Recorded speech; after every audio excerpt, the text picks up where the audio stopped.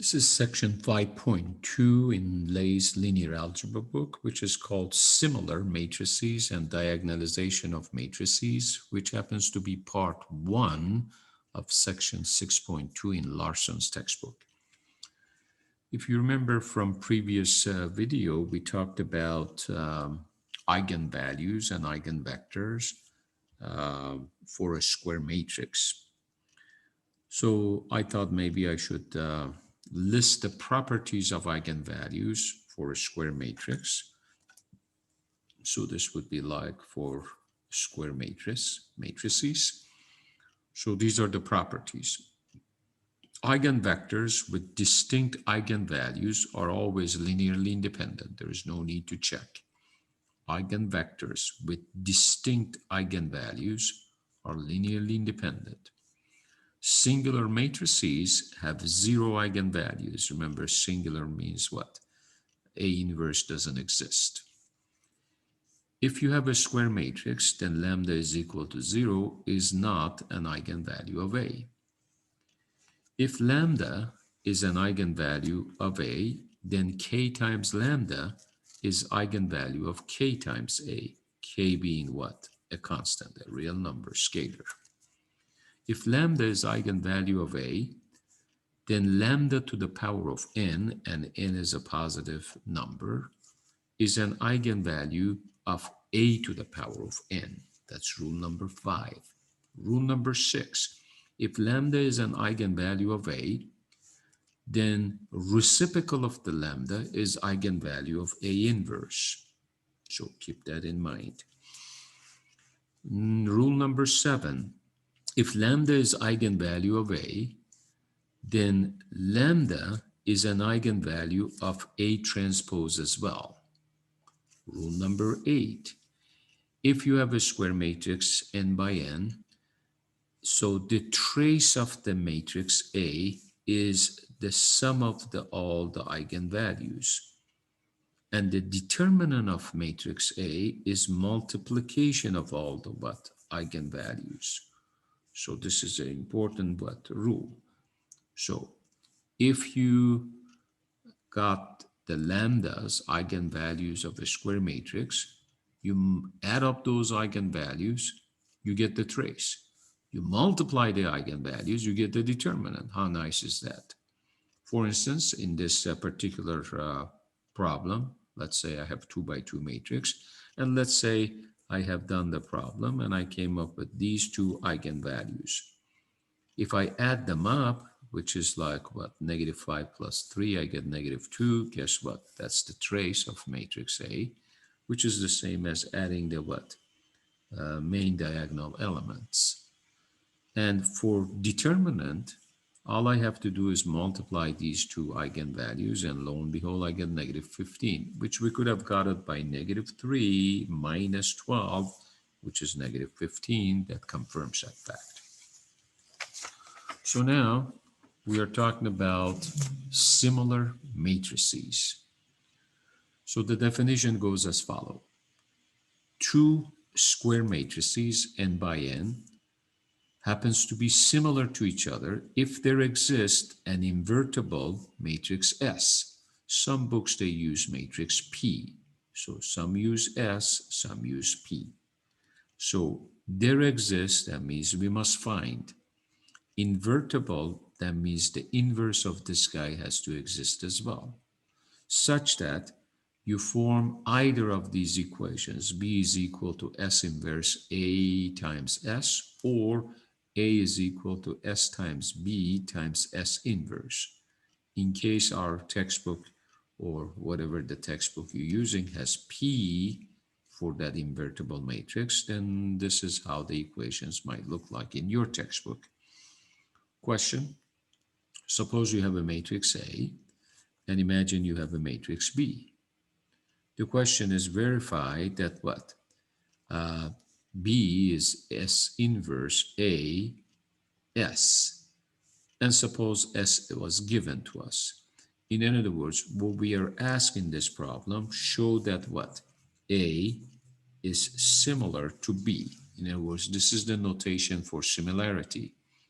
So when you have A with this wiggly line, B, that means you're saying A is similar. Remember, similar doesn't mean equal, similar to B. So that's the notation. So this is the notation of similarity between two square matrices. So what we have to do is, first of all, in these kind of problems, we have to find the S. But then we have to find its inverse. Then we got to form this equation, and we're supposed to get B out of multiplying these three matrices. And lo and behold, we do get B. Do you see it? Notice B was 1, negative 1, 0, 2, and there it is. And how did I get there? By multiplying S inverse by A by S. There it is.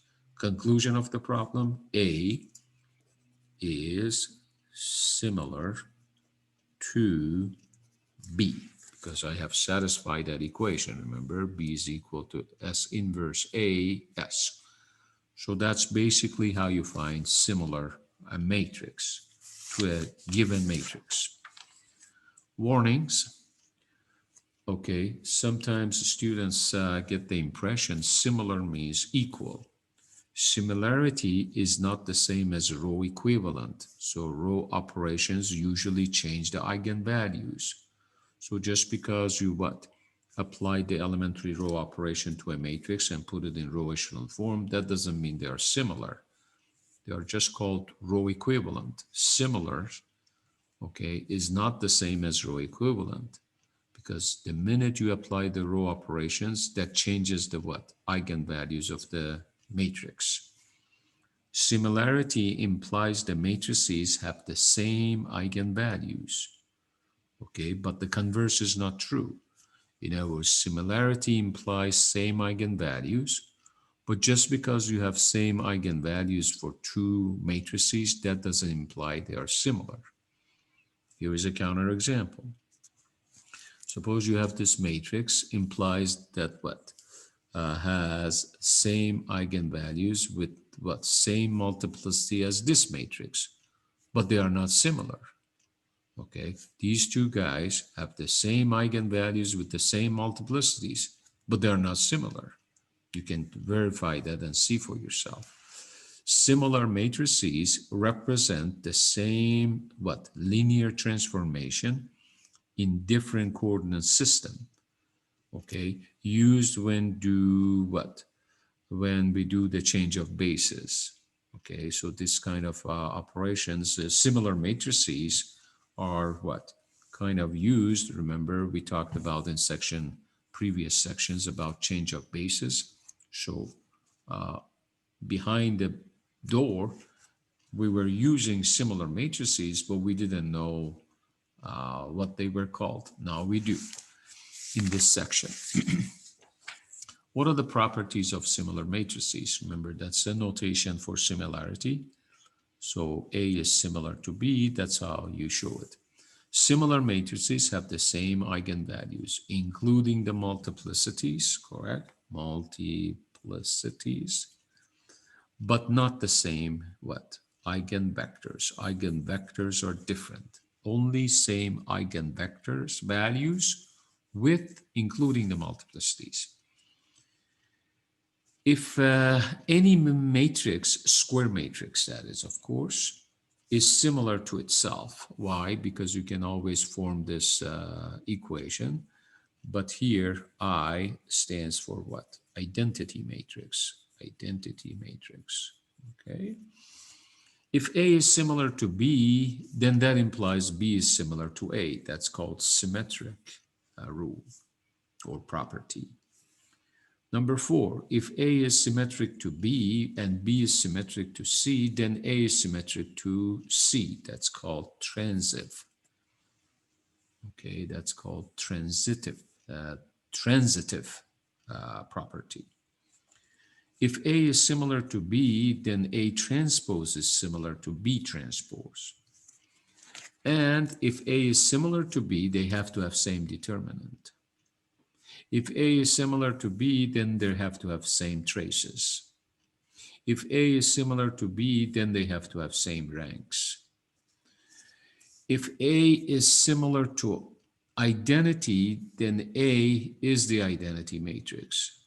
Remember, we did this when you have like a matrix and we kind of put the identity matrix and we went through row elementary operation and we put the identity matrix here and the A inverse popped, remember? That had to do with similarity. Do you see it? Or which is associated with change of basis. Okay, if A is similar to B, okay, is non-singular. So if A and B are non-singular, so that means what? Excuse me, not similar, but non-singular. Okay, then AB is similar to BA. And finally, if A is similar to B, A to the power of K is similar to B to the power of K. K is a what? Is a positive integer. Yes, positive integer. And that's basically the properties of similarities. And in the last two pages, I showed you how to find, verify if one matrix is similar to another one. But this is just part one. So in the next video, we will see more examples of similar matrices and then their applications. Thank you.